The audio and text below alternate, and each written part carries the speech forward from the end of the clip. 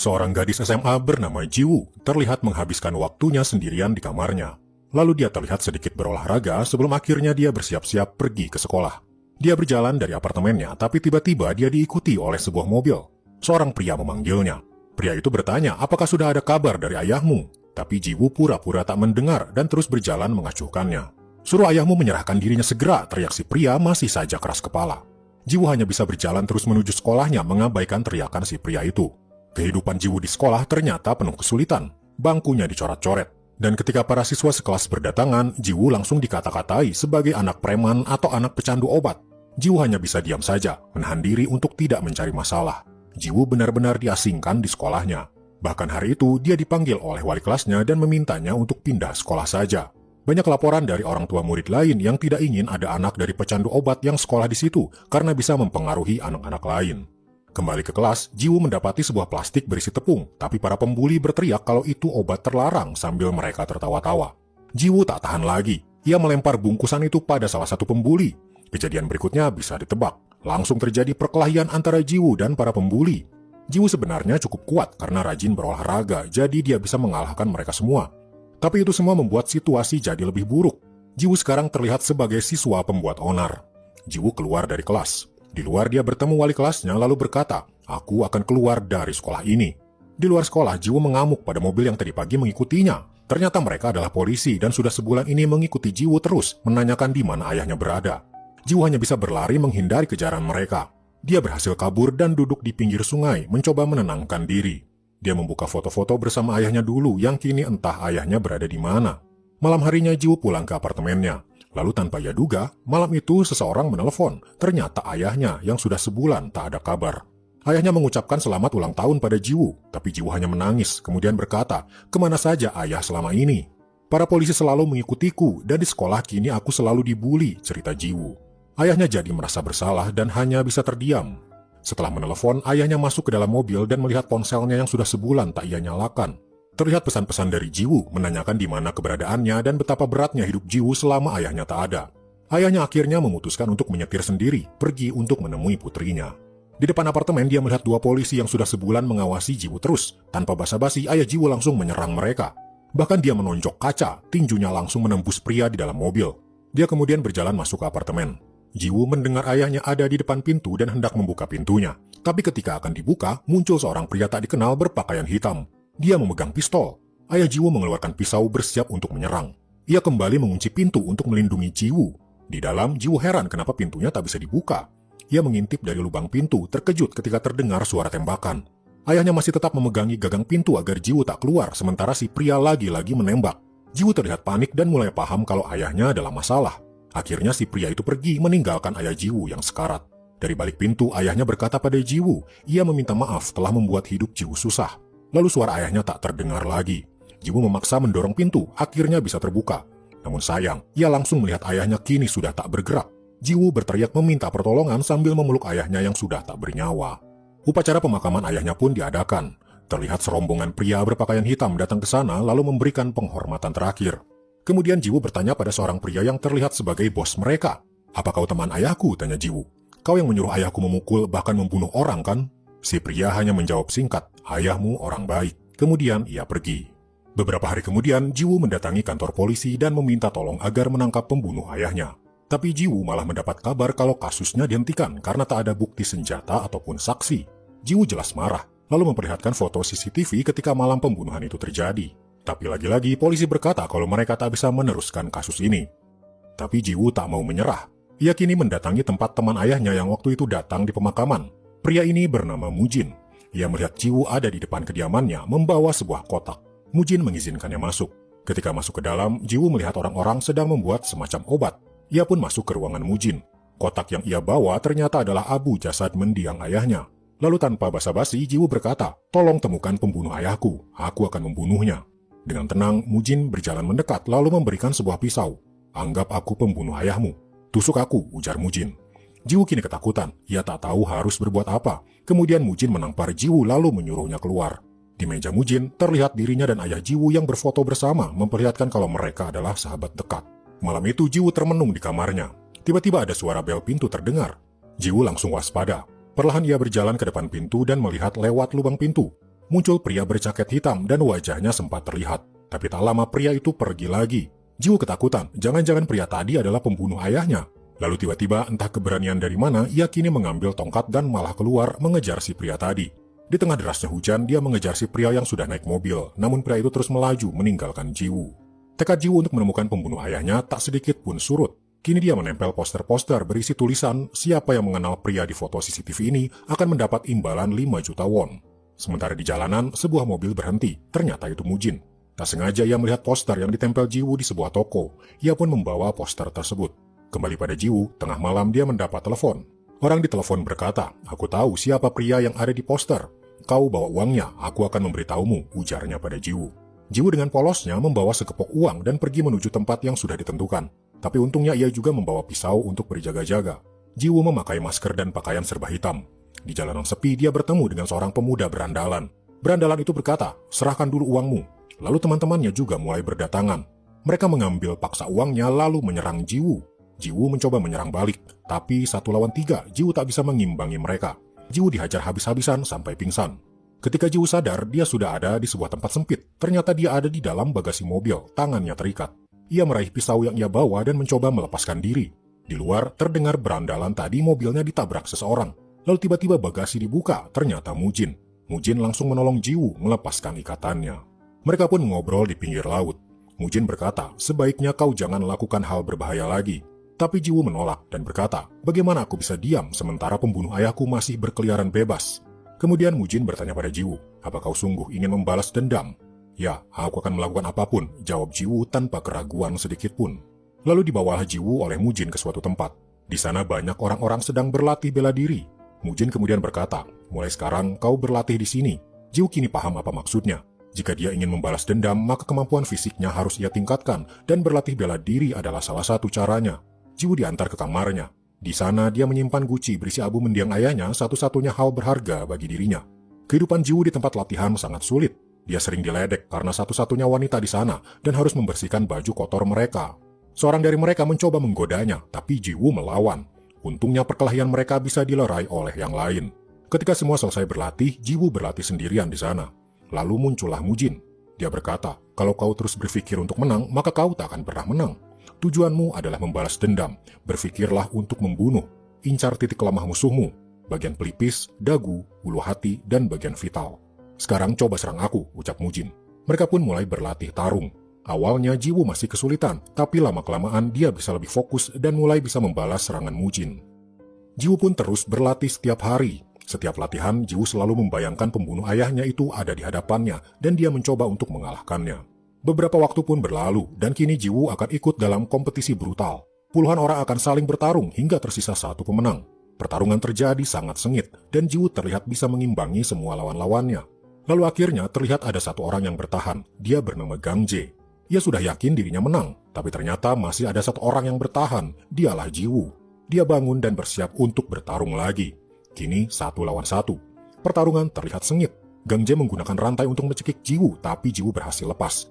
Lalu sebuah pukulan sikut tak terduga dari Jiwoo tepat di wajah Gang Jae membuatnya pingsan. Mujin berdiri, lalu mengangkat tangan Jiwoo, pertanda dialah pemenangnya. Di ruang ganti, akhirnya Gang Jae sadar dari pingsannya. Dia ditertawakan oleh teman-temannya karena kalah dari seorang wanita. Gang Jae merasa direndahkan karena kalah dari orang yang ia kira lebih lemah darinya. Ia pun lalu berkata pada temannya, "Bagaimana kalau kita makan cemilan?" Cemilan yang Gang Jae maksud adalah Jiwoo. Gang Jae berkata, "Tadi diam-diam aku sudah memasukkan obat tidur ke minumannya."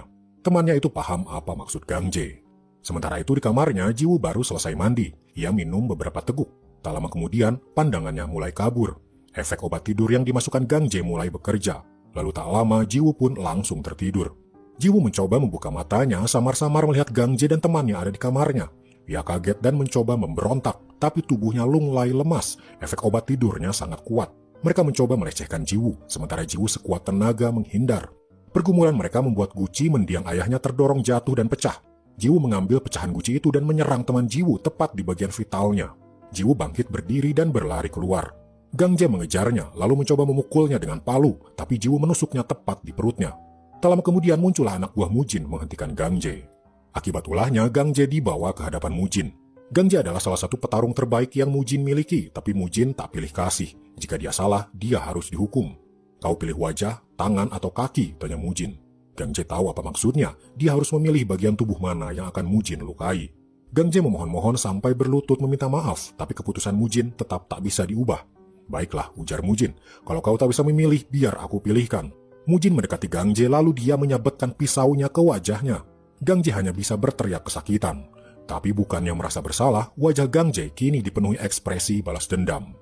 Lalu pada suatu malam, Jiwoo mendatangi sebuah restoran. Di sana sudah ada Mujin menunggunya. Mujin berkata, mulai malam ini, Jiwoo sudah mati. Mulai sekarang, namamu adalah Oh Hae-jin. Mujin juga menyerahkan sebuah pistol pada Hae-jin. Ini adalah pistol pembunuh ayahmu. Pistol polisi. Jadi dengan kata lain, pembunuh ayahmu adalah seorang polisi. Aku menemukannya ketika malam pembunuhan terjadi. Mulai malam itu, Hae-jin tak lagi kembali ke tempat latihan. Dia menyiapkan dirinya untuk sesuatu yang lebih tinggi. 3 tahun Hae-jin berlatih. Setelah itu, dia juga masuk ke kepolisian menjadi anggota di divisi kejahatan dan kekerasan. Di suatu malam, Hae-jin terlihat sedang memantau sebuah tempat. Di tempat itu diduga bersembunyi seorang penjahat yang sudah lama menjadi target Hae-jin, seorang pelaku kekerasan. Dia pun masuk ke sana mencari tempat persembunyian si penjahat. Sementara di dalam, seorang penjahat yang menjadi target Hae-jin ternyata sedang bertransaksi obat terlarang dengan seorang pria. Kembali pada Hae-jin, di sebuah ruangan dia menemukan seorang wanita tengah mabuk dan hampir tak sadarkan diri. Untungnya Hae-jin datang dan membantunya sadar kembali. Tiba-tiba di sebelah ruangan terdengar percakapan antara target Hae-jin dan seorang pria. Hae-jin langsung memecahkan kaca di sana dan langsung menyerang targetnya. Si pria yang tadi bertransaksi kini terlihat ikut bertarung. Akhirnya Hae-jin berhasil melumpuhkan targetnya dan akan dibawa oleh Hae-jin. Tapi tiba-tiba si pria yang satunya berkata kalau dia adalah targetku. Ternyata pria ini juga adalah polisi bernama Pildo dari divisi obat terlarang. Target Hae-jin ini ternyata juga seorang pengedar dan sudah 6 bulan menjadi target dari divisi obat terlarang. Terlihat Hae-jin dan Pildo sama-sama tak mau kalah. Mereka ingin orang ini dibawa ke divisi mereka masing-masing. Namun akhirnya Hae-jin mengalah karena ada telepon dari atasannya mengizinkannya target itu dibawa oleh Pildo. Sementara itu, beralih pada Mujin, terlihat dia sedang berada di tengah pertempuran para anggota gangster. Dengan tenang dia berjalan mendekati seorang pria. Pria ini adalah rekan bisnis Mujin, tapi dia berkhianat dan ketahuan. Pria ini memohon-mohon agar dirinya dimaafkan. Tapi sifat Mujin yang tak bisa mentolerir kesalahan membuat si pria tetap harus dihukum. Dia dimasukkan ke sebuah mobil. Seseorang di dalam mobil menahannya agar tak kabur, sementara asap tiba-tiba masuk ke dalam. Ternyata asap knalpot mobil masuk semua ke dalam membuat si pria kehabisan udara. Begitulah cara Mujin melenyapkan si pria yang berkhianat padanya. Kembali pada Hae-jin, kini dia pergi ke kantor polisi divisi obat terlarang. Ternyata dia dipindah tugaskan ke bagian ini mulai sekarang. Seorang pria muncul. Tiba-tiba Hae-jin teringat wajahnya. Itu adalah wajah yang ia lihat di lubang pintu beberapa hari setelah kematian ayahnya dulu. Dia adalah kapten di divisi obat terlarang yang artinya akan menjadi atasan Hae-jin mulai hari ini. Setelah dari sana, malam harinya Hae-jin bertemu dengan Mujin. Hae-jin bercerita kalau dirinya kini masuk ke divisi obat terlarang. Di divisi inilah kemungkinan polisi yang membunuh ayah Hae-jin berada. Beralih ke kantor polisi, pria yang kemarin ditangkap kini sedang diinterogasi oleh Pildo. Pildo bertanya siapa bos si pria, tapi dia tak mau mengatakannya. Sebagai gantinya, dia akan memberi info lain. Dia punya info adanya obat terlarang jenis terbaru yang akan beredar di Korea. Obat itu berwarna hitam berbentuk bulat kecil. Dan sekarang obat itu ada pada Mango. Pildo sudah tahu siapa Mango, karena sudah beberapa kali bertemu dengannya. Pildo menuju ruangan lain, tapi dia bertemu dengan Hae-jin. Dia belum tahu kalau Hae-jin mulai sekarang sudah dipindah tugaskan ke divisi obat terlarang, bahkan kini menjadi rekannya. Pildo pun protes pada atasannya yang bernama Giho, kalau dirinya tak akan cocok berpartner dengan Hae-jin. Tapi Giho sudah memutuskan kalau Hae-jin akan bekerja di sini, dan Pildo mau tak mau harus menerimanya. Tugas pertama Hae-jin hari itu adalah ikut bersama Pildo membawa Mango ke kantor polisi untuk ditanyai perihal obat terlarang jenis baru. Di dalam mobil, Pildo menyuruh Hae-jin untuk membawa Mango keluar, lalu kita akan membawanya. Hae-jin menuruti apa kata Pildo. Ia masuk ke dalam gedung. Ada satu orang penjaga di sana. Hae-jin bertanya di mana Mango berada, tapi penjaga itu tak mau mengatakannya. Hae-jin terpaksa menyerang si penjaga dan melumpuhkannya. Beberapa orang lagi datang. Hae-jin pun segera menghajar semua orang yang ada di sana tanpa terkecuali. Pildo yang menunggu di parkiran merasa Hae-jin terlalu lama. Ia pun segera menyusul ke dalam. Tapi ia kaget ketika melihat orang-orang yang terkapar sehabis dihajar oleh Hae-jin. Dan di sebuah ruangan, Pildo melihat Hae-jin yang sedang mengunci tangan Mango. Pildo segera bertanya pada Mango, "Aku dengar kau punya obat jenis baru, di mana kau simpan?" Mango berkata kalau ia tak tahu apa-apa tentang obat yang dimaksud. Hae-jin tiba-tiba melihat seorang bartender bertingkah mencurigakan, seperti menutupi sesuatu dengan badannya. Ia segera melihat apa yang bartender itu sembunyikan. Hae-jin mengambil sebuah botol kaca dan mengeluarkan isinya. Bulatan kecil berwarna hitam pun keluar. Itulah obat yang Pildo maksud. Karena terbukti memiliki obat terlarang tersebut, Menggo langsung dibawa untuk diperiksa di kepolisian. Sementara Pildo dan Hejin juga kembali untuk menginterogasi Menggo. Di ruang interogasi, Menggo ditanyai, siapa yang memberikan obat ini padamu? Menggo bercerita, dia mendapatkannya dari seorang pria yang kejam. Sementara itu, di sebuah bar, seorang pria berpakaian jaket bulu bermotif sayap datang. Ia sedang memperkenalkan obat buatannya, berbentuk bulatan hitam kecil. Obat ini tak meninggalkan jejak di dalam tubuh. Pria ini ternyata adalah Gangje. Bekas luka panjang terlihat di wajahnya. Beralih pada Hejin, dia menelpon Mujin dan memberi kabar adanya obat jenis baru tapi belum diketahui siapa pembuat obat tersebut. Beralih di sebuah kediaman mewah, salah satu orang kepercayaan Mujin, seorang wanita, sedang menemui pengedar obat dari Jepang. Ternyata selama ini Mujin memproduksi obat terlarang yang diberi nama Diamond, berbentuk cair berwarna bening. Pengedar dari Jepang itu setuju untuk membeli obat tersebut dari Mujin. Tempat Mujin memproduksi obat tersebut adalah di sebuah kapal besar di tengah laut. Namun naasnya, di divisi obat terlarang tempat Hejin bekerja, malam itu tiba-tiba atasannya memberi perintah kalau mereka akan menggerebek seorang pengedar obat terbesar di Korea. Hejin tak tahu apa-apa soal ini dan hanya mengikuti perintah. Di sebuah ruangan, para polisi berkumpul termasuk Hejin. Mereka disuruh untuk menyerahkan ponsel mereka. Setelah itu, Giho mulai memberi instruksi. Target mereka adalah Mujin, seorang pengedar kelas kakap di Korea yang sudah lama menjadi incaran polisi.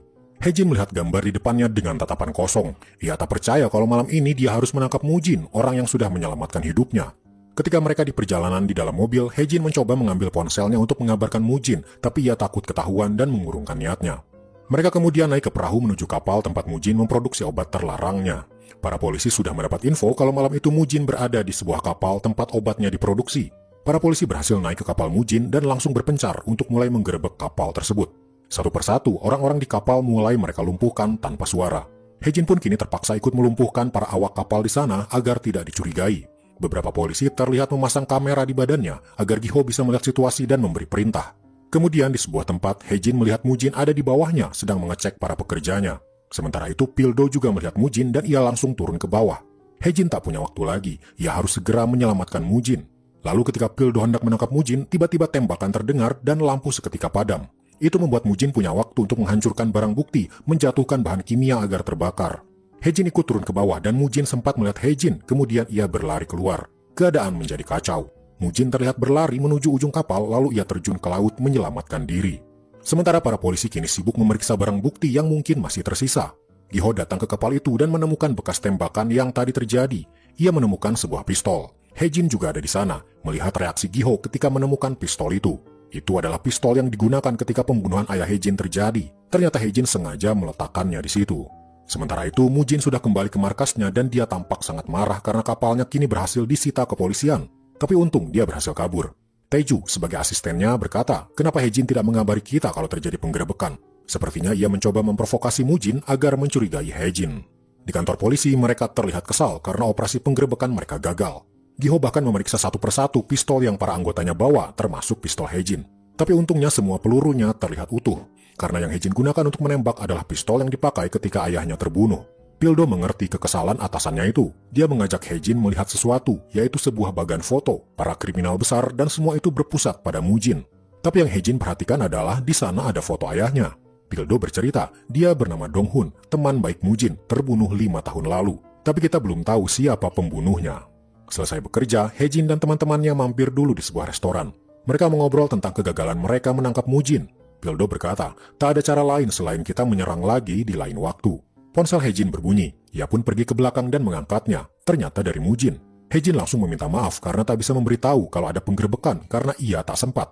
Operasi itu dilakukan tiba-tiba sekali. Hejin memberitahu kalau ternyata sudah lama ada CCTV yang bisa polisi akses di hotel tempat Mujin menginap. Mujin pun paham, sepertinya ada pengkhianat di pihaknya sampai-sampai CCTV pun bisa polisi akses. Hejin juga berkata, yang menembak ketika di kapal adalah aku untuk mengacaukan situasi agar Mujin bisa kabur, lalu meletakkan pistol itu sengaja agar ditemukan oleh Giho. Lalu pada suatu malam, Hejin melihat Giho pergi sendirian. Ia pun diam-diam mengikuti kemana Giho pergi. Giho ternyata datang ke lab forensik dan bertemu dengan seorang dokter. Ternyata Giho memberikan pistol yang ia temukan untuk diperiksa. Para ahli forensik mencoba untuk melihat nomor seri pistol tersebut. Sementara itu beralih pada Gangje, dia ternyata punya rencana malam itu. Ia pergi ke sebuah tempat yang ternyata adalah tempat latihannya dulu milik Mujin. Tanpa basa-basi, dia dan para anak buahnya langsung menyerang orang-orang di sana tanpa ampun. Gang Jae dan anak buahnya menggunakan senjata tajam, sementara orang-orang di sana baru berlatih bela diri. Mereka tak siap dengan kebrutalan Gang Jae. Di antara mereka ternyata Taeju juga ada di sana dan dia mencoba menghentikan Gang Jae. Tapi Gang Jae malah makin menjadi. Satu persatu mereka dihabisi, membuat Taeju akhirnya menyerah. Gang Jae kemudian berkata pada Taeju, "Kau pilih mana? Wajah, tangan, atau kaki?" Itu pilihan yang dulu Mujin tanyakan pada Gang Jae. Kini Gang Jae tanya balik. Ia pun langsung menusuk tangan Taeju. Tujuan Gang Jae memang ingin membalas dendam atas wajahnya yang Mujin rusak. Kembali pada Haejin, dia mendapat telepon adanya hal mengerikan di sebuah tempat latihan. Ia pun segera datang ke sana. Sampai di sana banyak ambulans berdatangan karena banyaknya korban. Ia melihat Taeju, tapi Haejin berpura-pura tak mengenalinya. Ia pun masuk ke dalam lalu menemukan sebuah tulisan besar di lantai bertuliskan, "Aku kembali." Lalu mereka menemukan obat butiran hitam. Ternyata si pemilik obat inilah yang menjadi dalang kebrutalan di tempat latihan. Esok harinya mereka langsung memeriksa CCTV di sekitar kawasan di sana dan juga menanyai toko-toko apakah mereka melihat sesuatu yang mencurigakan malam itu. Namun mereka tak mendapat info apapun.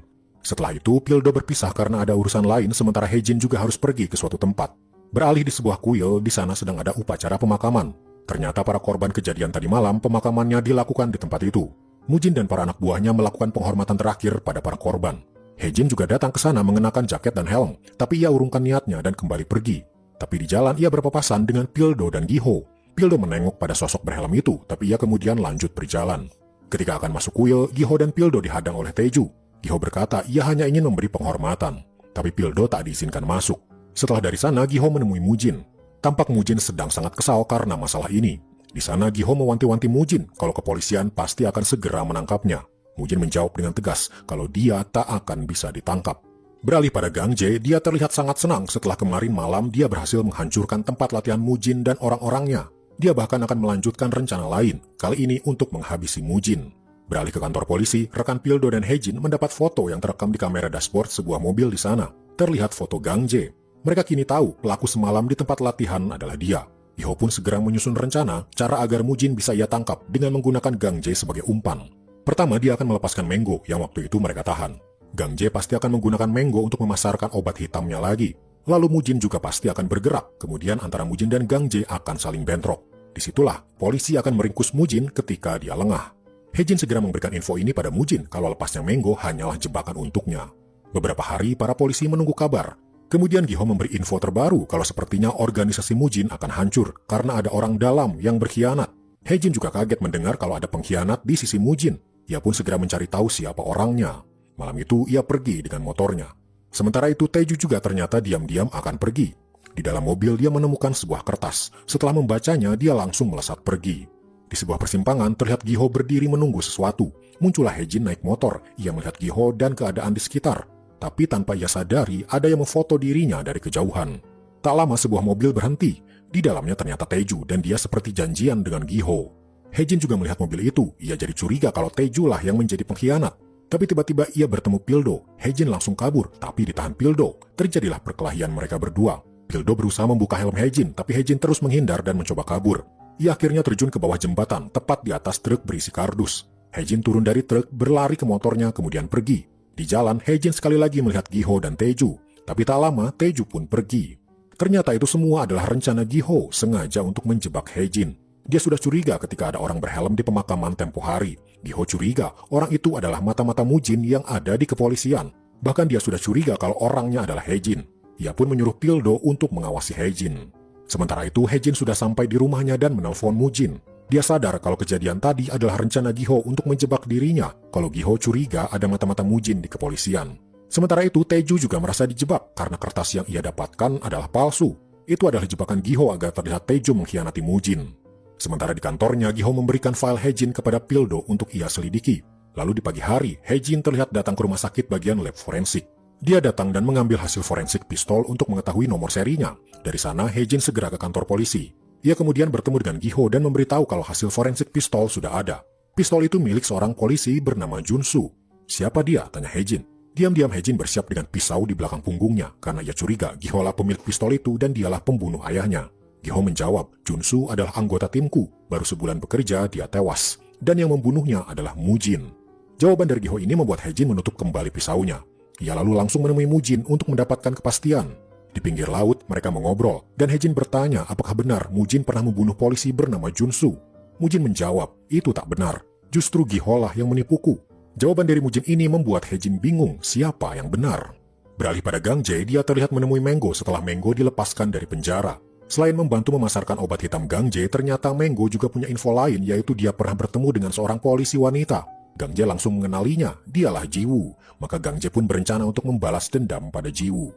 Siang itu, Hejin terlihat mendatangi sebuah tempat. Tapi diam-diam Pildo mengikutinya. Hejin terus bergerak hingga dia sampai di sebuah parkiran gedung tempat Menggo. Pildo tiba-tiba masuk ke mobilnya Hejin, membuatnya kaget. Pildo bertanya, apa yang kau lakukan? Hejin menjawab, aku ingin mengungkap siapa yang membuat obat hitam karena sepertinya Menggo ada hubungan dengan orang itu. Tak lama muncullah Menggo. Dia menaiki mobilnya dan pergi keluar. Hejin dan Pildo pun kini mengikuti mereka. Di saat yang bersamaan, Mujin terlihat datang ke restoran langganannya. Kembali pada Hejin, dia melihat Menggo masuk ke sebuah pabrik tak terpakai. Pildo menelepon rekannya di kantor polisi dan memberikan alamat pabrik tersebut. Kemudian Hejin dan Pildo masuk ke pabrik itu lewat jalan belakang. Di sana mereka mengawasi Menggo yang memarkir mobilnya di bawah. Kembali pada Mujin, di restoran dia merasa ada yang tak beres. Ia pun menyuruh ibu pemilik restoran membelikan rokok untuknya agar ibu itu keluar. Ternyata orang-orang di sana adalah anak buah Gang Jae. Mereka langsung menyerang Mujin di dalam restoran. Kembali pada Hejin, tak lama datanglah mobil yang ternyata itu Gang Jae. Dia menyerahkan sebuah tas pada Menggo. Ketika Menggo pergi, Gang Jae tiba-tiba berbalik dan tatapannya menengok ke arah Hejin sambil tertawa. Ternyata Gang Jae sudah tahu Hejin ada di sana. Anak buahnya datang menyerang Hejin dan Pildo. Mereka kalah jumlah dan senjata mereka pun semuanya pisau, sementara Hejin dan Pildo hanya tongkat saja. Hejin dan Pildo pun kalah. Mereka diborgol dan disekap oleh Gang Jae. Gang Jae mengancam Hejin karena dulu ketika namanya masih Jiwoo, dia berhasil menghajar Gang Jae. Tapi Hejin tak sedikit pun takut. Gang Jae kesal, ia menusukkan pisaunya ke paha Hejin, membuat Hejin kesakitan. Setelah itu Gang Jae menelpon anak buahnya, tapi yang mengangkat adalah Mujin. Gang Jae tak menyangka anak buahnya akan dilibas habis oleh Mujin. Ia kemudian mengirim foto Hejin, membuat Mujin segera pergi untuk menolong Hejin. Sementara itu, Hejin dan Pildo kini diborgol di dalam sebuah mobil. Sebuah mesin berjalan, ternyata mobil itu akan dihancurkan, sementara Hejin dan Pildo ada di dalamnya. Gang Jae pun pergi meninggalkan mereka berdua. Hejin dan Pildo kini berusaha lepas dari borgol, namun usaha mereka sia-sia. Mobil sudah ada di dalam mesin penghancur dan perlahan mobil itu ringsek di bagian atas. Untungnya itu membuat besi di atap patah dan borgol Hejin bisa terlepas. Mobil semakin gepeng dan Hejin berusaha keluar untuk menghentikan mesin, tapi ia sulit keluar. Tiba-tiba sebuah mobil masuk dan menabrak mesin itu, seketika semuanya berhenti. Ternyata Mujin datang tepat waktu. Mujin pun langsung kabur karena takut polisi segera datang. Tak lama para polisi muncul dan langsung membantu Hejin dan Pildo yang terluka. Mereka segera dibawa ke rumah sakit. Pildo terlihat tak terlalu parah, tapi Hejin sampai harus dioperasi. Pildo marah dan ingin segera menangkap Gang Jae karena Hejin hampir saja mati akibat ulahnya. Pildo pun kini mencari-cari keberadaan Gang Jae. Selama berhari-hari dia pergi ke banyak tempat, bahkan sampai harus menghadapi para gangster yang diduga tahu di mana Gang Jae berada. Semua itu ia lakukan untuk membalaskan dendam Hejin yang sampai saat ini masih dirawat. Beralih pada Hejin, di rumah sakit, dalam tidurnya dia bermimpi buruk. Dia berada di pinggir pantai dan melihat ayahnya berjalan menuju tengah laut hingga hampir tenggelam. Ia juga melihat kejadian ketika malam ayahnya terbunuh. Semua mimpi buruk itu membuat Hejin panik, lalu ia bangun dalam keadaan ketakutan. Untungnya di sampingnya ada Pildo yang menenangkannya. Ketika Hejin mulai tenang, Pildo berkata, "Kau punya dendam pribadi pada Gang Jae kan? Ketika di pabrik waktu itu, aku mendengar kalian saling kenal dan Gang Jae ingin membunuhmu. Aku juga punya dendam pribadi," ujar Pildo. "Alasanku menjadi polisi adalah karena adikku terbunuh dan aku ingin mencari pelakunya. Tapi sampai hari ini aku tak tahu siapa pelaku itu." Hari itu ternyata Hejin sudah diperbolehkan pulang. Pildo pun mengantar Hejin untuk bertemu dengan rekan-rekannya dan makan bersama, merayakan kesembuhan Hejin. Namun waktu santai bagi Hejin tak berlangsung lama, karena malam harinya dia ditelepon oleh Mujin. Hejin berkata, "Aku akan memburu Gang Jae." Esok harinya Hejin sudah kembali ke kantor untuk bekerja, tapi pagi itu ia bertemu seseorang yang membuatnya kaget. Dia adalah polisi yang pernah menangani kasus pembunuhan ayahnya. Polisi itu hanya tersenyum karena ketika melihat ID card-nya namanya jadi Hejin, bukan lagi Jiwoo. Hejin sempat cemas nama sebenarnya akan terbongkar, tapi tampaknya polisi itu tidak mengatakan apapun tentang diri Hejin yang sebenarnya. Sementara itu, Mujin menerima kabar kalau seorang polisi yang bernama Jin-se hari ini bertemu dengan Giho. Mujin ternyata kenal siapa polisi itu. Setelah Jin-se bertemu Giho, ia pun pergi keluar dari kantor. Di luar dia bertemu Hejin. Hejin berkata, "Kalau kau membongkar identitasku, aku tak akan tinggal diam." Jin-se hanya tersenyum dan berkata, "Tenang saja, tak ada gunanya bagiku memberitahu siapa dirimu sebenarnya." Ternyata malam itu Jin-se bertemu dengan Mujin. Mereka memang sudah saling kenal. Jinsei terbiasa menutupi kasus Mujin dengan imbalan obat terlarang karena ternyata Jinsei adalah seorang pecandu. Tapi malam itu, tiba-tiba Jinsei dicekik oleh anak buah Mujin hingga dia tak bisa bernafas. Kemudian Jinsei diceburkan ke laut. Ternyata Mujin ingin melenyapkan siapa saja yang mengetahui identitas Hejin sebenarnya. Lalu pada suatu hari, Mujin mendapat info kalau Gang Je akan pergi dengan kapal. Mujin pun berencana menghadangnya di pelabuhan. Akan terjadi perang antar gangster, pihak Mujin dan pihak Gang Je. Namun di suatu siang, Giho mendapat telepon dari orang tak terduga. Gang Je meneleponnya. Gang Je berkata, "Aku akan membantumu menangkap Mujin, asalkan kau melepaskanku." Giho pun diberitahu kalau nanti Gang Je dan Mujin akan bertemu di pelabuhan. Kesempatan ini tak disia-siakan Giho. Di hari yang ditentukan, ia dan para anggota polisi lainnya sudah siap di lokasi. Gang Je sudah sampai duluan di pelabuhan. Kemudian tak lama, Mujin pun tiba juga di sana. Puluhan anggota gangster di dua pihak bersiap bertempur. Dan pertempuran pun terjadi. Pihak polisi masih belum bergerak, mereka menunggu instruksi dari Giho.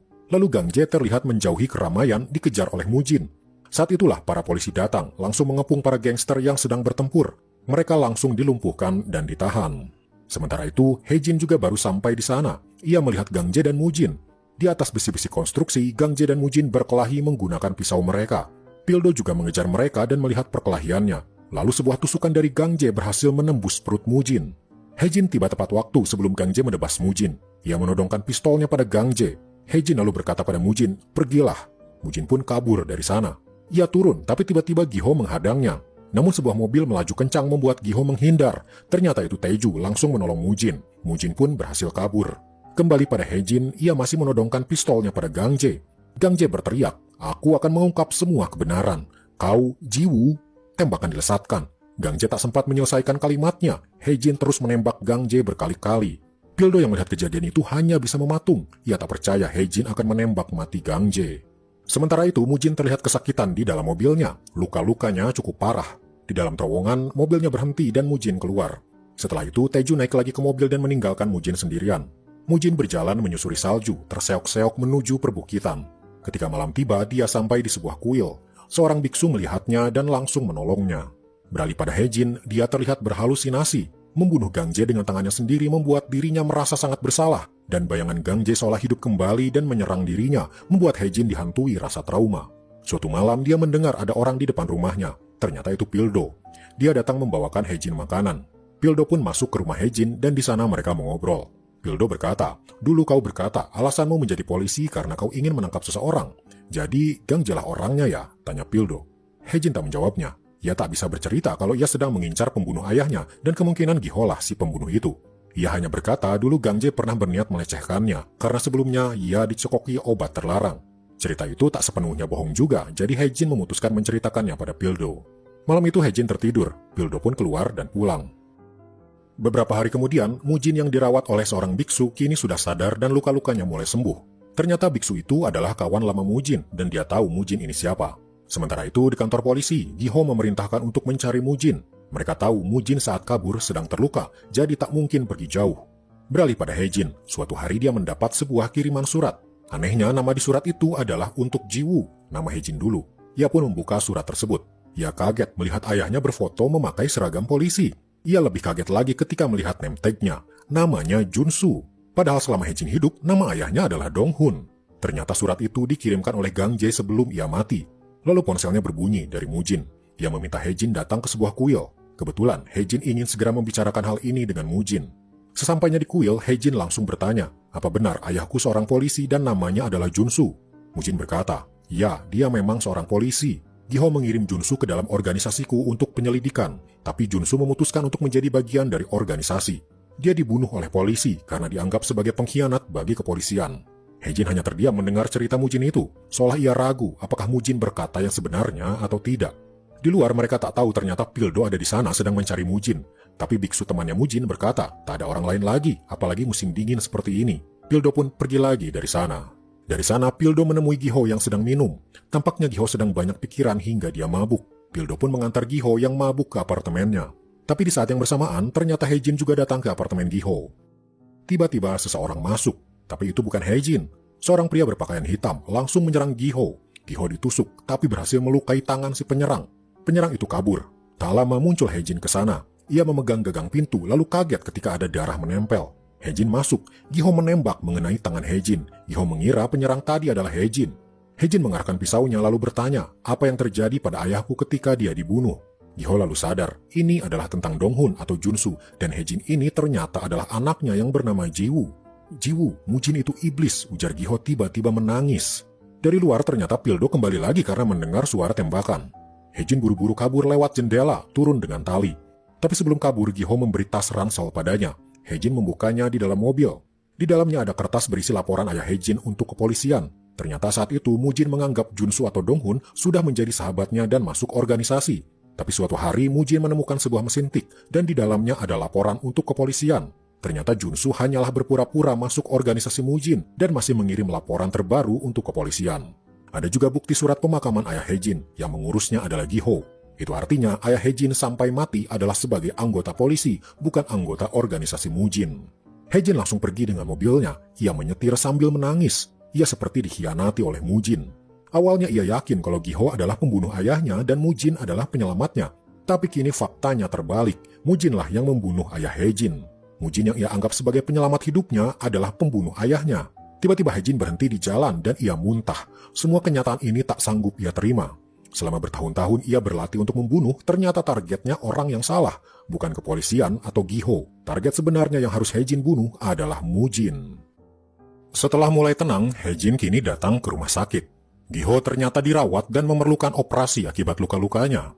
Hejin baru sadar, darah menetes dari tangannya, luka akibat tertembak oleh Giho di apartemennya. Sementara itu Mujin mendapat telepon dari Taeju kalau dia gagal membunuh Giho. Ia juga berkata, Hejin datang menemui Giho dan ia sudah tahu semua kebenarannya. Kita harus membunuhnya, ujar Taeju. Beberapa hari kemudian, Hejin terlihat akan pergi membawa abu mendiang ayahnya. Tapi di luar ia langsung disergap. Kepalanya ditenggelamkan. Hejin mencoba memberontak melepaskan diri. Ia berhasil lepas dan langsung menghajar orang-orang yang menyerangnya. Ternyata Taeju mendapat perintah dari Mujin untuk membunuh Hejin. Di dalam, Hejin sudah menghabisi ketiga orang yang menyerangnya tadi. Taeju masuk ke dalam, sepertinya ia harus menghabisi Hejin oleh tangannya sendiri. Dan dimulailah pertarungan mereka berdua. Mereka menggunakan pisau sebagai senjatanya dan saling menyerang. Terlihat kemampuan Hejin lebih baik. Ia berhasil membuat Taeju terluka cukup parah. Hejin menancapkan pisau di leher Taeju berusaha untuk menghabisinya. Hingga akhirnya ia pun berhasil mengalahkan Taeju.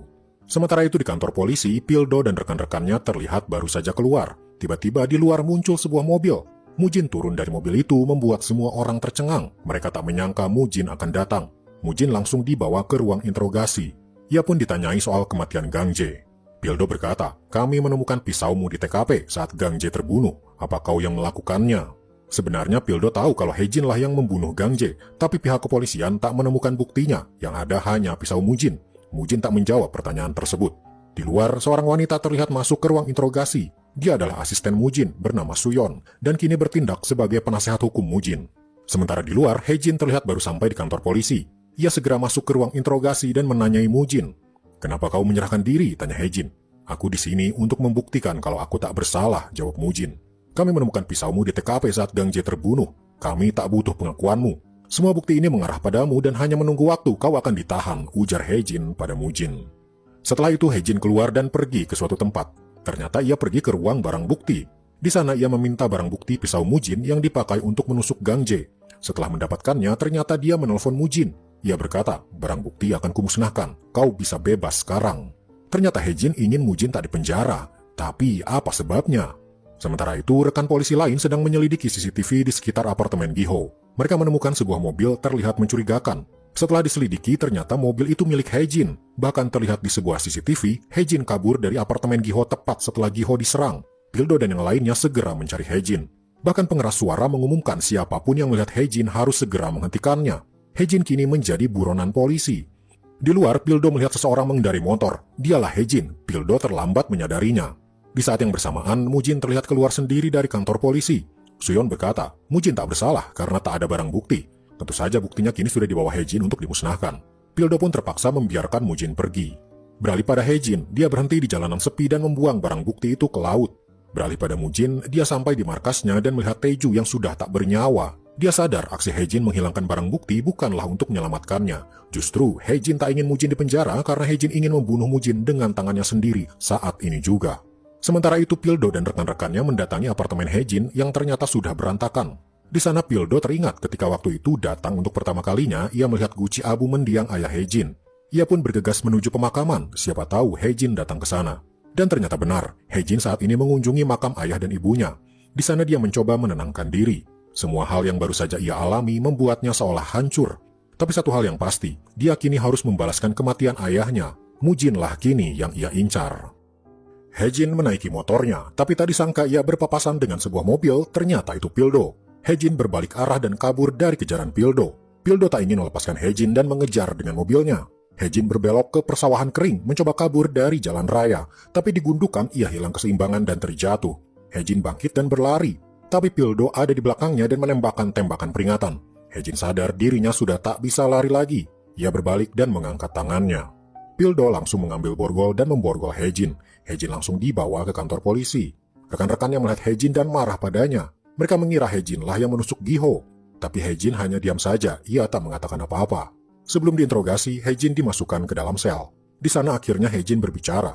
Ia bertanya pada Pildo, "Jika aku bilang bukan aku yang menusuk Giho, apa kau percaya padaku?" "Tidak, aku tak percaya," ujar Pildo. Sementara itu, Mujin mendapat kabar kalau Hejin tertangkap. Di luar dugaan, Mujin berpesan pada Suyon, apapun caranya, bebaskan Hejin. Mujin ternyata ingin berhadapan 1 lawan 1 dengan Hejin. Suyon pun langsung mendatangi Hejin yang ada di ruang interogasi dan menyampaikan pesan dari Mujin. Setelah itu, Suyon berkata pada Pildo, Hejin sedang terluka. Ia meminta agar Hejin dirawat di rumah sakit. Awalnya Pildo ragu, tapi Hejin memang sedang terluka akibat insiden di apartemen Giho dan akibat pengejaran kemarin. Maka akhirnya Hejin pun dibawa ke rumah sakit, dikawal oleh beberapa polisi termasuk Pildo. Di markasnya, Mujin mendapat telepon kalau Hejin sedang dibawa ke rumah sakit. Ia segera memerintahkan anak buahnya untuk bergerak. Sesampainya di rumah sakit, Hejin langsung dirawat luka-lukanya. Pildo tiba-tiba mendapat telepon, ternyata dari Giho dia sudah siuman. Ia segera pergi ke kamar Giho. Kembali pada Hejin, lukanya sedang dijahit oleh suster. Tiba-tiba Hejin mengenal seorang dari suster di situ, wanita yang pernah ia selamatkan ketika wanita itu hampir overdosis karena obat. Beralih pada Pildo, ia kini ada di kamar Giho. Giho langsung menceritakan semuanya kalau sebenarnya Hejin adalah Jiwoo, anak dari Junsu, polisi yang mati dibunuh Mujin. Kembali pada Hejin, ia terlihat mencoba membuka borgol dengan alat operasi yang ada. Kebetulan suster di sana sedang menelpon. Lalu datang suster yang Hejin kenal. Ia tiba-tiba memberikan kunci mobil dan berkata, "Pergilah, mobilnya ada di parkiran basement." Tapi para polisi langsung masuk menghadang. Hejin terpaksa harus menghadapi mereka dan melumpuhkan mereka. Hejin pun kabur menuju basement. Pildo diberitahu kalau Hejin kabur dan langsung berlari untuk mengejarnya. Di basement, Hejin mencari-cari di mana mobilnya berada. Akhirnya dia menemukannya dan naik. Tapi Pildo muncul dan menghadangnya. Pildo tahu Hejin akan pergi untuk membunuh Mujin, maka dari itu ia melarangnya. Pildo memborgol tangannya dan tangan Hejin. Tapi Hejin berkata, "Aku sudah merelakan masa depanku untuk menangkap pembunuh ayahku. Tapi aku malah ditipu dan kini aku jadi pembunuh. Aku akan menyelesaikan ini semua," ujar Hejin. Tapi tiba-tiba muncul gerombolan anak buah Mujin. Mereka berdua masih terborgol, lalu masuk ke dalam mobil dan kabur. Mereka berkendara hingga larut malam. Hingga akhirnya Pildo menghentikan mobilnya, ternyata mereka pergi ke pantai. Di sana ada sebuah penginapan milik teman Pildo, lalu mereka pun masuk ke dalam. Kondisi Hejin yang tadi penuh amarah kini sudah mulai tenang. Pildo pun membantu merawat luka-luka Hejin. Pildo berkata, "Ketika adikku terbunuh, setiap hari aku membawa pisau kalau aku bertemu dengan pembunuh adikku. Tapi pada akhirnya itu hanya menyakiti diriku sendiri dan itu menghancurkanku. Kau jangan hancur sepertiku," ujar Pildo pada Hejin. Sementara itu di markasnya, Mujin terlihat sedang mengingat masa lalunya. Persahabatannya dengan Junsu atau Donghun membuat dia merasa sakit hati karena merasa dikhianati. Mujin masih ingat ketika dia tahu kalau Junsu ternyata memberi laporan rahasia tentang dirinya pada pihak kepolisian. Malam itu dia datang ke apartemen Junsu. Di sana dia menembak Junsu, sementara teriakan Jiwoo di dalam apartemen terdengar olehnya. Mujin sudah menganggap Junsu sebagai sahabat terbaiknya, tapi Junsu mengkhianatinya. Dan kini anaknya Jiwoo atau Hejin akan datang untuk membalaskan dendam ayahnya. Dia akhirnya memutuskan untuk menghadapi Hejin apapun resikonya. Mujin mengambil pistol dari brankas dan pergi mencari Hejin. Sementara itu, pagi harinya, Hejin dan Pildo mendatangi kantor polisi. Ketika hampir sampai, tiba-tiba seorang pengendara motor berhenti di samping mobil mereka. Dia mengeluarkan pistol dan tanpa diduga, Pildo ditembak tepat di dahinya. Pildo langsung tewas, meninggalkan Hejin yang terpaku. Hejin akhirnya bisa bergerak dan langsung keluar dari mobil. Amarahnya memuncak. Dia membawa pistol dan datang ke markas Mujin. Tapi di sana dia dihadang oleh para anak buah Mujin. Dia pun harus melumpuhkan mereka semua terlebih dulu sebelum bertemu dengan Mujin. Hejin berlari dan segera masuk lift. Ia terlihat membuang peluru di pistolnya, hanya menyisakan satu saja, itu peluru untuk Mujin. Tapi di depan pintu ruangan Mujin, seorang pengawal yang ahli bela diri menghalangi Hejin. Hejin terpaksa harus berhadapan dengannya. Kemampuannya sangat hebat, membuat Hejin kewalahan. Hejin terpaksa menembaknya. Peluru untuk Mujin ia pakai untuk membunuh lawannya itu. Ia pun masuk ke dalam ruangan Mujin. Di sana Mujin sudah bersiap dengan pistolnya, tapi dia meletakkannya lagi. Di lantai, Hejin melihat foto ayahnya dan Mujin terlihat sangat akrab. Hejin tak sudi ayahnya dekat dengan Mujin dan merobek bagian Mujin. Lalu dia mengikatkan pisau ke tangannya, memastikan kalau pisaunya tak akan terlepas. Hejin benar-benar sudah bertekad untuk membunuh Mujin. Perkelahian pun terjadi. Hejin yang sudah luka-luka akibat perkelahian sebelumnya membuatnya kerepotan menghadapi Mujin. Beberapa kali Mujin berhasil melukai Hejin dengan pisaunya. Bahkan sebuah tusukan di perut membuat Hejin terluka cukup parah. Hejin semakin babak belur, luka-lukanya ada di sekujur tubuhnya. Ia bahkan harus berpegangan pada Mujin untuk bangun. Mujin mengangkat pisaunya untuk membunuh Hejin, tapi Hejin memegang tangannya dan membelokkannya ke perut Mujin. Mujin bangkit sambil mengambil pistol Hejin. Ia tarik pelatuknya, tapi ternyata pelurunya habis. Hejin langsung menyerang. Tusukan tepat di dada Mujin membuat matanya terbelalak. Lalu hanya dalam hitungan detik nyawa Mujin melayang. Hejin berhasil membalaskan dendam ayahnya. Ia pun berjalan masuk ke dalam lift keluar dari sana. Di jalan, Hejin terhuyung-huyung mencoba untuk tetap sadar. Kejadian itu pun kini sudah berlalu. Kini Hejin sudah kembali pulih dan kini sedang berada di pemakaman ayah dan ibunya. Dari sana ia juga mengunjungi makam Pildo, satu-satunya orang yang mengerti dirinya. Namun sayang, Pildo juga kini sudah meninggal. Dan film pun